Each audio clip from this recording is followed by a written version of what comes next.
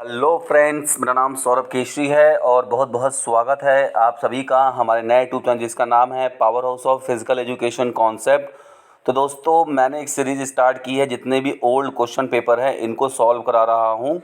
और इससे पहले मैंने DSSB के पेपर्स को और उसके पहले मैंने आपको UP TGT और UP LT के पेपर्स को डाल दिया है।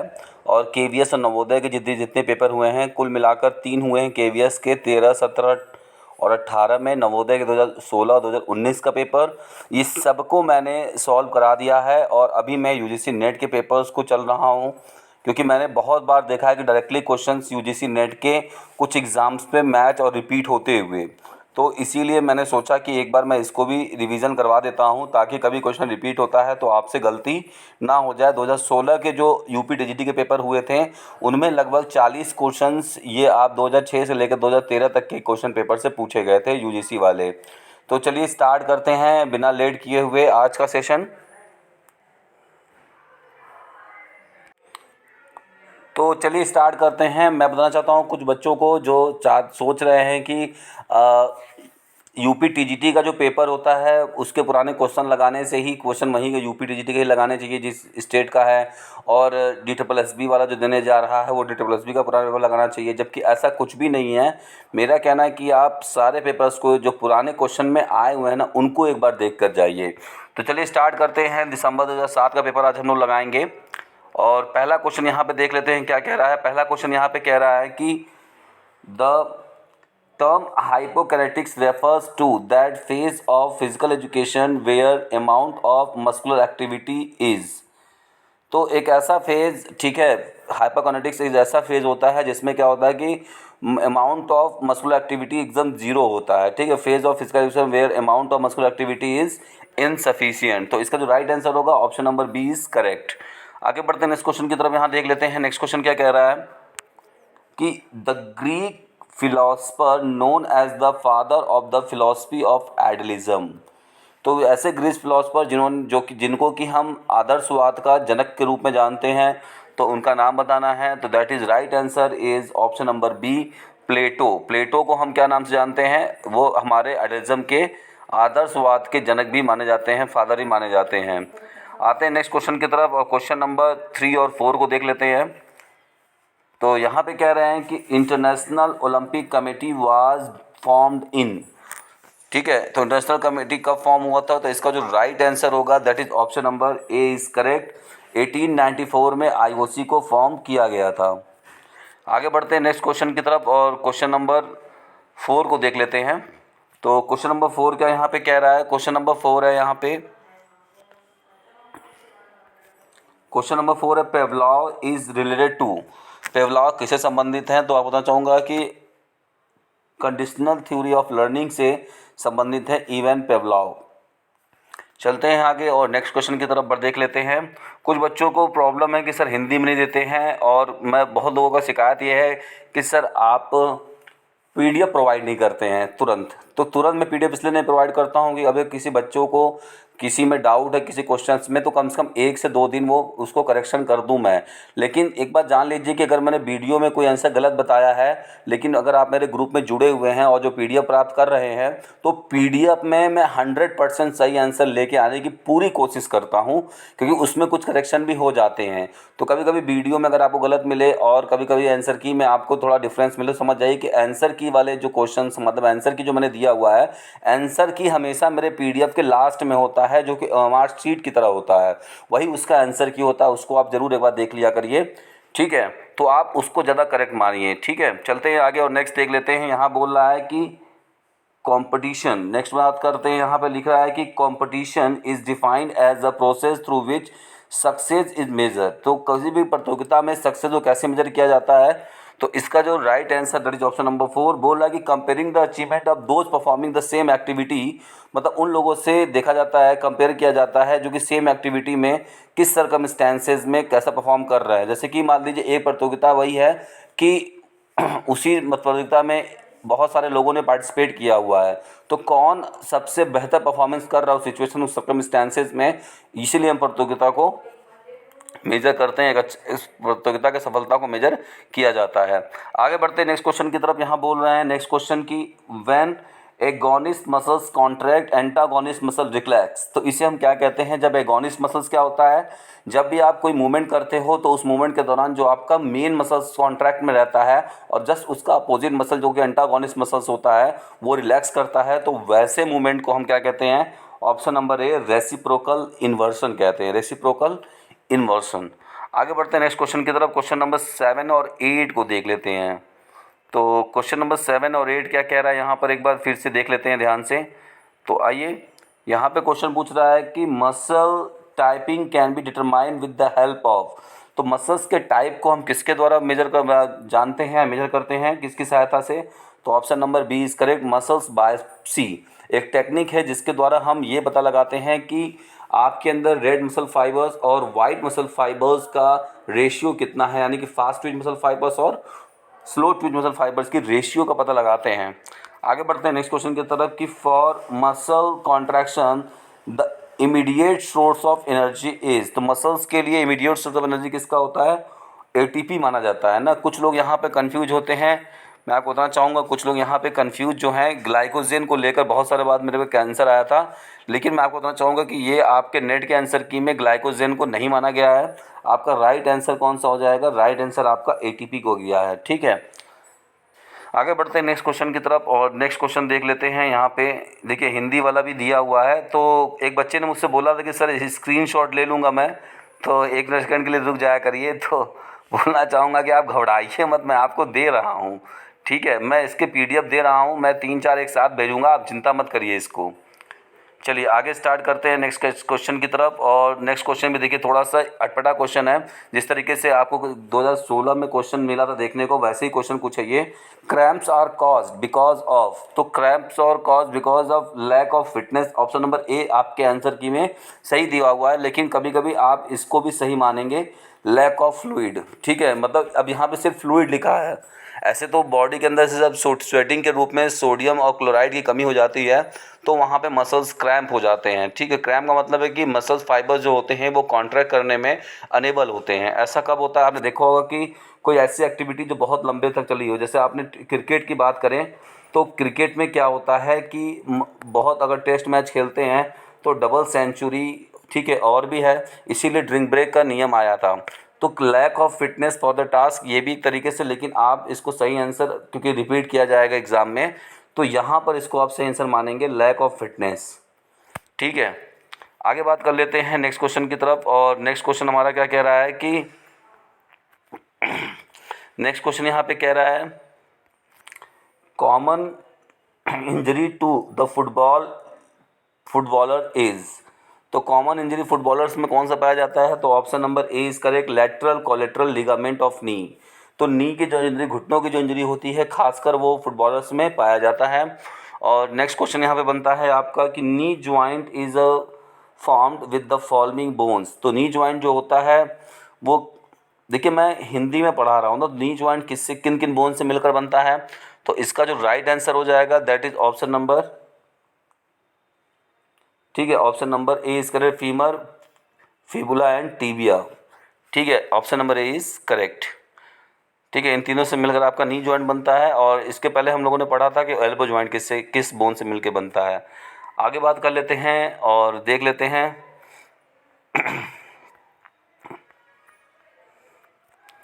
तो यहाँ पे जो नेक्स्ट क्वेश्चन हमारा कह रहा है कि the overall motion of a track sprinter running 100 metre dash is an example of. अगर ओवरऑल मोशन हो रहा है उसका, तो ओवरऑल मोशन में वो सीधी रेखा जा रहा है, आप ये मत देखिएगा कि उसका कर्व में जा रहा है।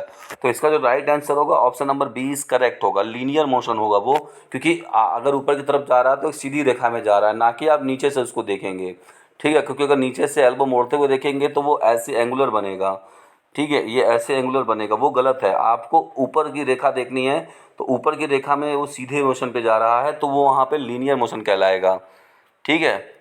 चलिए आगे बात कर लेते हैं नेक्स्ट क्वेश्चन की तरफ। और नेक्स्ट क्वेश्चन हमारा क्या कह रहा है,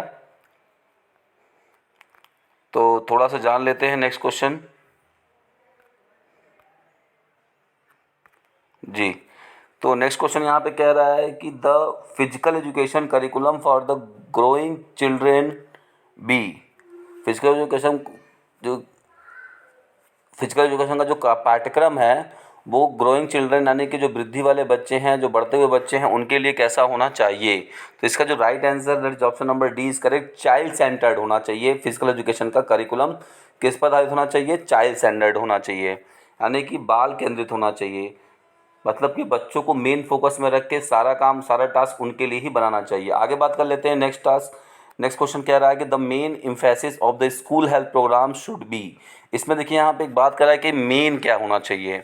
अगर यहाँ पे आप देख पा रहे होंगे तो यहाँ पर एक आपको वर्ड लिखा है कि मेन इम्फेसिस की बात हो रही है यहाँ पे। तो मेन इम्फेसिस की जब बात हो रही है तो इसका जो right answer that is option number D कि हेल्थ एजुकेशन का सबसे मेन इम्फेसिस होना चाहिए कि चिल्ड्रन को educate the children in matters of health and hygiene. सबसे ज़रूरी चीज़ यही है स्कूल हेल्थ प्रोग्राम का, सबसे ज़रूरी। बाकी सभी चीज़ें ठीक है लेकिन सबसे मेन पूछा है, तो आपको चारों ऑप्शन सही है लेकिन आपको यहाँ पे मेन पूछकर आपको ऑप्शन नंबर डी का आंसर सही लगाना है। आगे बढ़ते हैं नेक्स्ट क्वेश्चन की तरफ और क्वेश्चन नंबर 15 को देख लेते हैं। तो क्वेश्चन नंबर 15 क्या कह रहा है कि ड्यूरेशन ऑफ मीजोसाइकिल कैन बी। तो मीजोसाइकिल का ड्यूरेशन कितना होता है, तो मैं आपको बताऊं कि ये होता है आपका 3 to 6 वीक। तो एक बार जान लीजिए कि माइक्रोसाइकिल, मीजोसाइकिल और मैक्रोसाइकिल, ये तीनों साइकिल का कैसे आप ट्रिपल एम याद रख लीजिए। पहला वाला जो होता है वो 7 से या 3 से 10 दिन होता है और ये मंथ में चलता है, सॉरी ये वीक में चलता है और ये मंथ में चलता है। तो यहाँ पे डे, वीक और मंथ, ठीक है, इस तरीके से आप याद रख सकते हैं। आगे बढ़ते हैं नेक्स्ट क्वेश्चन की तरफ और देख लेते हैं नेक्स्ट क्वेश्चन हमारा क्या कह रहा है यहाँ पे कि adaptation process in case of beginners. अगर हम बिगनर्स के केस की बात करेंगे यानी कि कोई ट्रेनिंग बंदा आया है, पहला मतलब बहुत बिगनर है, बिगनिंग ट्रेनिंग है उसकी, तो उसके में जो एडॉप्टेशन प्रोसेस होगा लोड का वो कैसा होगा, तो दैट इज ऑप्शन नंबर, ठीक है, B option is correct, that is faster होगा। मतलब उसका एडॉप्टेशन प्रोसेस, उसके फिजियोलॉजिकल सिस्टम के एडॉप्टेशन जो होंगे वो थोड़े फास्ट होंगे। आगे बढ़ते हैं नेक्स्ट क्वेश्चन की तरफ बात कर लेते हैं। नेक्स्ट क्वेश्चन, क्वेश्चन नंबर 17 यहाँ पर है, split half is a method to establish. तो स्प्लिट हाफ मेथड किसको इस्टेब्लिश करने के लिए किया जाता है आपको ये बताना है। तो इसका जो राइट आंसर है that is option number A is correct, reliability, यानी कि रिलायबिलिटी के लिए इस्टेब्लिश करने के लिए हम स्प्लिट हाफ मेथड का यूज करते हैं।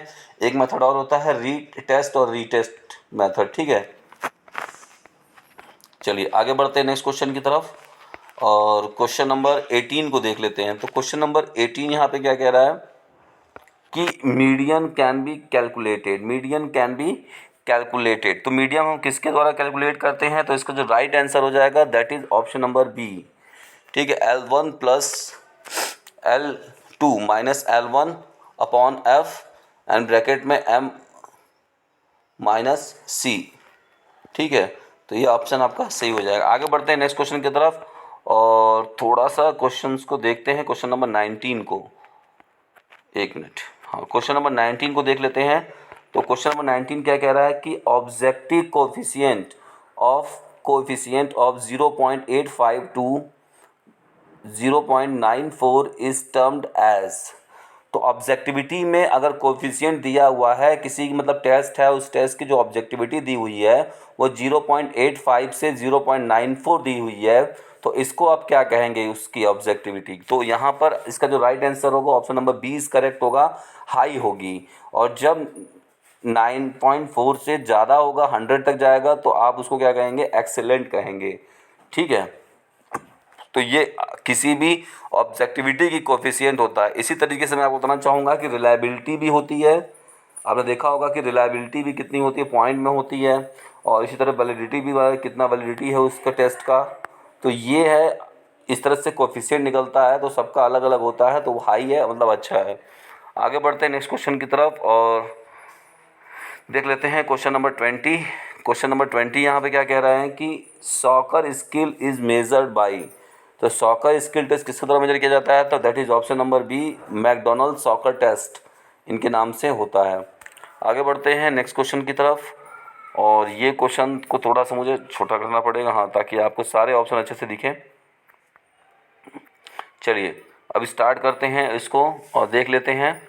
तो यहाँ पर सबसे पहले क्या देखेंगे हम लोग कि यहाँ पे दिया हुआ है, देखिए एक तरफ आपके दिए हुए हैं गैसेस और दूसरी तरफ दिए हुए हैं कि उनके अमाउंट। लेकिन ये गैसेस के अमाउंट जो दिए हुए हैं ये इंटरनल रिस्पिरेशन, यानी कि जब हम आउट निकालते हैं, जब हम ब्रीदिंग को बाहर निकालते हैं, ठीक है, तो उस समय हमारे अंदर गैसेस, हम कितना गैसेस हम अमाउंट का एक्सपिरेशन कैसे करते हैं, कितना करते हैं, उसका एक अमाउंट दिया हुआ है। चलिए स्टार्ट करते हैं। तो सबसे पहले यहाँ बता रहा है ऑक्सीजन। तो जब हम बाहर निकालते हैं तो उस समय ऑक्सीजन का जो लेवल होता है वो हमारा होता है अप्रॉक्स 16.5%। नेक्स्ट है कार्बन डाइऑक्साइड, हम कितना निकालते हैं बाहर, ये हम निकालते हैं अप्रॉक्स 0.04%। नाइट्रोजन उतना ही रहता है जितना अंदर जाता है, माने इंस्पिरेशन के समय भी उतना लेते हैं, और पार्टिकल्स जो होता है सॉइल का वो ज़ीरो हो जाता है। लेकिन जब हम अंदर लेते हैं तो उस समय पॉइंट कुछ समय होता है। तो इसका 1 2 3 4 इसका जो राइट आंसर हो जाएगा that is option number A is correct हो जाएगा। ठीक है, तो ये आपका राइट आंसर है। चलिए मिलते हैं और देखते हैं आगे वाले वीडियो में, सॉरी आगे वाले वीडियो में मैंने बोल दिया, आगे वाले क्वेश्चन में। तो स्टार्ट करते हैं और देख लेते हैं यहाँ पे क्या है, एल्बो। तो एल्बो कौन सी जॉइंट्स में आती है, तो जैसे आपको पता है कि एल्बो जो होती है वो आपका हिंज जॉइंट्स में आता है। नेक्स्ट बात कर रहा है नेक, तो नेक आपका किस जॉइंट में आता है, पीवर जॉइंट में आता है। नेक्स्ट बात कर रहा है कार्पल, कार्पल आपका ग्लाइडिंग जॉइंट में आता है। और नेक्स्ट बात कर रहा है हिप, हिप आपका बॉल एंड सॉकेट जॉइंट में आता है। तो ये देखिए कि किस तरीके से सामने ही सामने दे दिया है, लेकिन जिसको नहीं पता होगा वो एकदम कन्फ्यूज हो जाएगा। तो इसका भी राइट आंसर होगा 1 2 3 4। तो आप देखेंगे कि इसका जो राइट आंसर हो जाएगा that is option number B is correct. चलिए आगे देखते हैं नेक्स्ट क्वेश्चन। यहाँ पे दिया हुआ है आपका क्वेश्चन नंबर 23। थोड़ा सा छोटा करना पड़ेगा क्योंकि चारों ऑप्शन नहीं दिखेंगे। और चलिए अब 23 को देख लेते हैं। तो यहाँ पे सबसे पहले देख लेते हैं क्या है।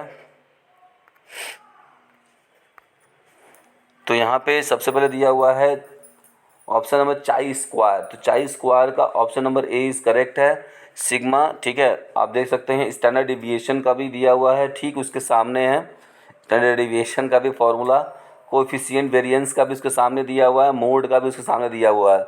तो बड़ा अजीब है ना कि लोग अगर ये वाले पेपर में देखे होंगे तो सबको लगता होगा कि ऊपर नीचे करके देगा, लेकिन इस बार एग्जामिनर ने सामने सामने दे दिया है, लेकिन आता हुआ भी लोग भूल जाएंगे कि किस तरीके से है। चलिए, तो इसका जो राइट आंसर है ऑप्शन नंबर सी 1 2 3 4 एकदम लाइन से है, आपको दिक्कत नहीं है। चलिए आगे देखते हैं नेक्स्ट क्वेश्चन की तरफ, और यहाँ बढ़ते हैं। ये बहुत अच्छा क्वेश्चन पूछा है यहाँ पे कि नेक्स्ट क्वेश्चन आपका पूछ रहा है कि items of the Roger strength test. तो इस रोजर स्ट्रेंथ टेस्ट में कौन कौन से आइटम्स होते हैं आपको ये बताने हैं। ठीक है, तो इसका जो राइट आंसर होगा that is option number A is correct, यानी कि hand grip test, leg strength test और बैक स्ट्रेंथ टेस्ट किस में होता है, रोजर स्ट्रेंथ टेस्ट में। ये तीनों पार्ट है, आर्म स्ट्रेंथ टेस्ट नहीं होता है। आगे बढ़ते हैं नेक्स्ट क्वेश्चन की तरफ, और यहाँ पर क्वेश्चन नंबर 25 को देख लेते हैं। क्वेश्चन नंबर 25 यहाँ कह रहा है कि validity of test can be measure using the criteria. तो किसी भी टेस्ट की वैलिडिटी को निकालने के लिए हम किस तरह का क्राइटेरिया यूज करते हैं। तो इसका जो राइट आंसर हो जाएगा दैट इज़ ऑप्शन नंबर, पहले देखिए लीजिए यहाँ पर कौन कौन सा है। ठीक है, तो हम इसका जो राइट आंसर मानेंगे option number B is correct, 1 2 and 4। तो ये जो आपका तीसरा नंबर वाला है ये नहीं होता है। Construct validity criterion, composite score criterion and test retest criterion, ये तीनों होता है। क्रिटिकल अप्रेजल क्राइटेरियन ये नहीं होता है। आगे बढ़ते हैं नेक्स्ट क्वेश्चन की तरफ और देख लेते हैं हमारा अगला क्वेश्चन क्या है। यहाँ पे आते हैं और नेक्स्ट क्वेश्चन को देख लेते हैं। तो यहाँ पे जो क्वेश्चन है ये बोल रहा है कि identify the sequential order of the colours of 5 rings of the Olympic flags. तो ओलंपिक फ्लैग्स में जो सिक्वेशनल दिए हुए हैं फ्लैग, उनके ऑर्डर बताने हैं। देखिए पहले मैं फ्लैग आपको बना के दिखा रहा हूँ। तो ये आपका है, ठीक है। इसमें मैं एक चीज़ आपको बताऊंगा कि ये जो फ्लैग है इसके अंदर एक वर्ड अल्फ़ाबेट छुपा हुआ है। तो कौन सा छुपा हुआ है आप देख लीजिए।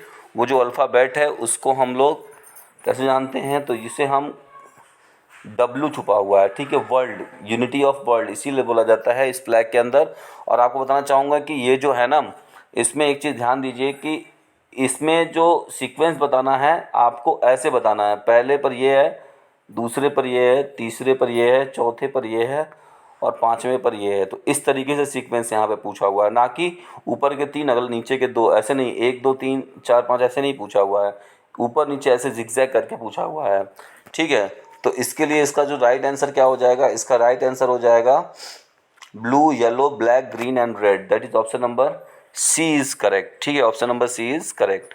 आइए आगे देखते हैं नेक्स्ट क्वेश्चन। और अगला क्वेश्चन यहाँ पे बोल रहा है, ठीक है, तो अगला क्वेश्चन यहाँ पे क्या है हम पहले एक बार देख लेते हैं। तो हमारा जो नेक्स्ट क्वेश्चन है ये कह रहा है कि इसमें हाई जंप के कुछ परफॉर्मेंस दिए हुए हैं और आपको बताने हैं कि आप फर्स्ट सेकंड थर्ड का विनर कैसे निकालोगे।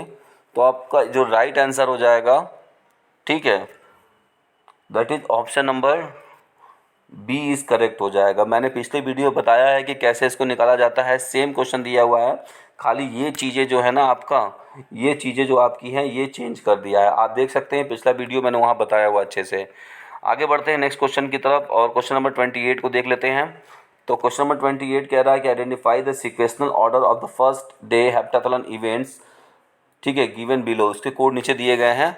तो सबसे पहले बताना चाहूँगा कि ये क्वेश्चन ही गलत है आपका, इसमें जो भी इवेंट दिए हुए हैं गलत है। सबसे पहला देखिए मैं बताना चाहूँगा, हेप्टाथलॉन जो होता है उसमें सबसे पहले 100 मीटर का हर्डल होता है, ना कि आपका स्प्रिंट होता है। लड़कियों के लिए 100 मीटर का ही हर्डल होता है, लड़कों के लिए 110 मीटर का होता है। उसके बाद होता है हाई जंप, ठीक है, फिर होता है गोला फेंक यानी कि शॉर्ट पट, ठीक, शॉर्ट पट होता है और फिर होता है 200 मीटर। तो ये आपका ये सीक्वेंस सही है। इनमें से जो आपका दिया हुआ है तो दोनों ऑप्शन यहाँ देखिए, 800 फर्स्ट डे नहीं होगा, यहाँ फर्स्ट डे भी लिखा हुआ है, ये भी दिया हुआ है, तो इस क्वेश्चन को डिलीट किया गया था। आगे बढ़ते हैं नेक्स्ट क्वेश्चन की तरफ और नेक्स्ट क्वेश्चन देख लेते हैं क्या बोल रहा है। नेक्स्ट क्वेश्चन यहाँ पे बोल रहा है कि ये नीचे आपके दिए गए हैं कि आप जो फर्स्ट 4 कंट्रीज़ का नाम बताना है जहाँ पर एशियन गेम्स पहले ऑर्गेनाइज़ किए गए। तो मैं आपको बताना चाहूँगा कि सबसे पहले तो इंडिया में हुआ था 1951 में। इसके बाद आपको बताना चाहूँगा कि फ़िलीपींस में हुआ था 1954 में। और इसके बाद हुआ था आपका जापान में 19, ठीक है, 58 में जापान। और फिर 1962 में हुआ था आपका किस में, इंडोनेशिया में। तो हमारा ऑर्डर क्या बन रहा है कि तीसरा पहले आएगा, तो जहाँ जहाँ तीसरा आपको पहले दिख रहा है उसको देख लीजिए। तो बाकी ये 2 ऑप्शन आपके क्या हो जाएंगे, कट जाएंगे। तो इसके बाद क्या आ रहा है, इंडिया के बाद आपका दूसरा आ रहा है फ़िलीपींस, तो तीसरा और चौथा, तो यानी कि ऑप्शन नंबर सी आपका करेक्ट है, that is option number C एकदम करेक्ट आंसर है। आगे बढ़ते हैं नेक्स्ट क्वेश्चन की तरफ। तो क्योंकि क्वेश्चन इसमें ऐसे आते हैं ना, इसलिए आपको थोड़ा सा टाइम लग जाता है मेरे वीडियोस में, मैं इसको और थोड़ा समझाने की भी कोशिश करता हूँ। आइए देख लेते हैं नेक्स्ट क्वेश्चन हमारा क्या कह रहा है। नेक्स्ट क्वेश्चन है कि आपको अजलन-शाह हॉकी बदला बताना है। तो इस समय का मतलब 2007 में हुआ था और उसमें अजलन-शाह, तो ये क्वेश्चन करंट का है और इस समय नहीं आएगा, इसलिए मैं इसको नहीं बता रहा हूँ, ठीक है। आइए नेक्स्ट कर चलते हैं और यहाँ पे देख लेते हैं ये क्वेश्चन क्या कह रहा है कि arrange the sequential order, arrange the sequential order the preventive measures of communicable disease using the code given below। आपको प्रिवेंटिव मेजर्स कम्युनिकेबल डिजीज़ के बताने हैं, पहले से प्रिवेंटिव मेजर्स क्या होना चाहिए कम्युनिकेबल डिजीज़ का, ठीक है। तो आपको पहले बताना है। तो सबसे पहला यहाँ पर जो इसका राइट आंसर होगा और कैसे अरेंज करना है मैं इसको शॉर्ट ट्रिक के द्वारा भी आपको बताऊँगा। तो इसका जो राइट आंसर है that is option number B है। अब इसको कैसे, अब सॉरी ये बी होगा, ठीक है, बी होगा। तो कैसे आप याद रखेंगे इसको, तो सबसे पहले देखिए ध्यान दीजिए, आपको यहाँ पे वर्ड लिखने हैं नीडी, NI, पहले होता है नोटिफिकेशन, फिर होता है आइसोलेशन, ठीक है, फिर होता है यहाँ पे डिसइंफेक्शन, ठीक है, उसके बाद फिर होता है यहाँ पर डायग्नोसिस, ठीक है, फिर होता है आई, इसके बाद इम्यूनाइजेशन और फिर होता है आपका ट्रीटमेंट। निडीट आप याद रखिए, एक वर्ड याद रखिए निडीट, तो कभी भी आप इसको भूलेंगे नहीं, निडीट, ठीक है। तो मैंने निडीट करके याद किया है, तो कभी भी आ जाए तो आप याद रखिएगा निडीट। कोई चीज़ आपको चाहिए, नीड इट, इस चीज़ को हमको नीड है, नीड इट, ठीक है, इस तरह से याद कर सकते हैं। आगे बढ़ते हैं नेक्स्ट क्वेश्चन की तरफ और नेक्स्ट क्वेश्चन देख लेते हैं। यहाँ पे है नेक्स्ट क्वेश्चन आपका, और बता रहा है कि ओलंपिक का जो मोटो है आपका, मोटो को क्या करना है कि अरेंज करना है, पहले कौन सा आता है। तो आपने मेरा वीडियो देखा होगा, तो मैं बार बार एक आसान ट्रिक बताता रहता हूँ, बहुत सारी चीज़ों को मैंने ट्रिक बता रखा है कैसे याद करना है। तो मैंने बोला था कैप याद रखिए, कैप में आप एफ हटा के पी लगा दीजिएगा बस, ठीक है, कैप में पी हटा के एफ लगा दीजिएगा, ठीक है, बस ये चीज़ ध्यान रखिए। तो कैप याद रख लिया आपने, तो कैप ने सबसे पहले यहाँ और नीचे क्या रखना है आपको, एफ एच एस, ठीक है, एफ एच एस। तो यहाँ फास्टर दूसरे नंबर पर यानी पहले हो जाएगा, तो जहाँ दिया है दूसरा नंबर 2, फास्टर हाइयर स्ट्रॉन्गर, तो आपका जो ऑप्शन नंबर बी हो जाएगा, दैट इज़ करेक्ट, ठीक है, फास्टर हाइयर और स्ट्रॉन्गर। आगे बढ़ते हैं, क्वेश्चन नंबर नेक्स्ट देख लेते हैं। तो ये क्वेश्चन भी बहुत खास नहीं है, इसलिए मैं इसको नहीं करा रहा हूँ। आगे बढ़ते हैं। देखिए मुझे पता है कि कौन से क्वेश्चंस की प्रैक्टिस करने से आपको आगे हेल्प कर सकता है, इस वजह से मैं वही उसी क्वेश्चंस को आगे लेके जा रहा हूँ। तो चलिए स्टार्ट करते हैं और देख लेते हैं यहाँ पर लीवर। तो लीवर क्या होता है, तो यहाँ पे आपका सामने सही आंसर है, दैट इज़ ग्लैंड है। मेडुला ऑब्लांगेटा जो होता है वो पार्ट होता है किसका, ब्रेन का, तो ये आपका सही है। नेक्स्ट है प्रोटोप्लाज्म, ये सेल में पाया जाता है, इसलिए इसका ऑप्शन नंबर बी सही है। नेक्स्ट है कैंडेलॉइड ज्वाइंट, देखिए यहाँ पे सिर्फ आपको कंफ्यूज करने के लिए दिया गया है, कैंडेलॉइड ज्वाइंट हिप में नहीं होता है, हिप में आपका होता है कौन सा, बॉल एंड सॉकेट, लेकिन फिर भी यहाँ पे मैच क्योंकि ये ज्वाइंट से रिलेटेड है तो इसलिए इसको यहाँ पे लगा देंगे हम, ठीक है, लास्ट में बचा हुआ लगा सकते हैं। तो पहला का पहला बता रहा है यहाँ पर, ठीक है, तो पहला का पहला देखिए कितने किसने ऑप्शन में है, आपका ए में भी है और सी में भी है और ये, तो आप बी वाले को काट देंगे। नेक्स्ट बात करेंगे मेडुला, तो बी का चौथा कहाँ कहाँ है, तो बी का चौथा देखिए यहाँ है, ये वाला भी कट जाएगा। अब आप देखेंगे कि प्रोट सी का दूसरा किस में है, तो देखिए ये डी वाले ऑप्शन में है, तो इसका जो राइट आंसर होगा that is option number D is correct. आगे बढ़ते हैं नेक्स्ट क्वेश्चन और देख लेते हैं नेक्स्ट क्वेश्चन क्या कह रहा है यहाँ पे। नेक्स्ट क्वेश्चन है जेम्स नाइस्मिथ। तो जेम्स नाइस्मिथ ने बास्केटबॉल को इन्वेंशन किया था। और यहाँ बात है हैरी क्रोबक, एस.सी. बक यहाँ पे फिजिकल एजुकेशन के जन्मदाता बोले जाते हैं भारत के। और विलियम जी मॉर्गन ने वॉलीबॉल का इन्वेंशन किया था। और जी.डी. सोधी जो कि एशियन गेम्स के प्रवर्तक माने जाते हैं। तो ये आपका बना, ठीक है। तो पहले का यहाँ पे क्या हो जाएगा, फोर्थ। तो देखिए पहले का फोर्थ किस में दिया हुआ है, ऑप्शन ए और डी में, तो ये दोनों आप काट दीजिए। फिर आगे बढ़ते हैं, बी का क्या दिया हुआ है, बी का दिया हुआ है तीसरा, तो बी का तीसरा यहाँ पे आपका सही है, ठीक है, बी का तीसरा यहाँ पे सही है। तो इसका मतलब जो ऑप्शन नंबर ए है आपका वो बिल्कुल सही है। चलिए आगे बढ़ते हैं नेक्स्ट क्वेश्चन की तरफ और क्वेश्चन नंबर 36 को देख लेते हैं। क्वेश्चन नंबर 36 क्या कह रहा है यहाँ पे कि यहाँ पे आपके सामने बहुत सारे वो दे रखे हैं ड्रग्स के नेम और उसके फंक्शंस बताने हैं आपको, ठीक है। तो 36 क्या है यहाँ पे, 36 है कि ऑप्शन नंबर, देखिए पहले आप देख लीजिए इसको। तो स्टिमुलेंट क्या है, इसका ए का हो जाएगा आपका फोर्थ, ठीक है। अलर्टनेस, स्टिमुलेंट क्या बढ़ाता है, अलर्टनेस। देखिए एक अलर्टनेस होता है और एक रिलैक्सेशन होता है। तो बीटा ब्लॉकर क्या करता है कि रिलैक्सेशन करता है, यानी कि स्टेडी मूवमेंट्स को करता है। और स्टिमुलेशन क्या करता है, कभी कभी कन्फ्यूजन हो जाता है आपको, इसीलिए मैं इसको बता रहा हूँ। और अब बात करेंगे हम, तो एनाबॉलिक स्टेरॉयड, एनाबॉलिक स्टेरॉयड किसको बढ़ाता है, एनाबॉलिक स्टेरॉयड बढ़ाता है किसको, टेस्टोस्टेरोन को। नेक्स्ट बात कर लेते हैं, बीटा ब्लॉकर्स जो होता है स्टिमुलेटरी रिस्पांस रिलैक्सेशन के लिए होता है। और डायरेटिक्स क्या करता है, वेट लॉस के लिए होता है, ठीक है। तो आपका जो राइट आंसर हो जाएगा इसमें से, तो ए का चौथा किसमें आप देखेंगे, तो ये जो आपका राइट आंसर है option number C is correct, ठीक है, option number C is correct. तो आगे देखते हैं नेक्स्ट क्वेश्चन की तरफ और नेक्स्ट क्वेश्चन हमारा क्या कह रहा है, ये चलिए आइए आगे देख लेते हैं।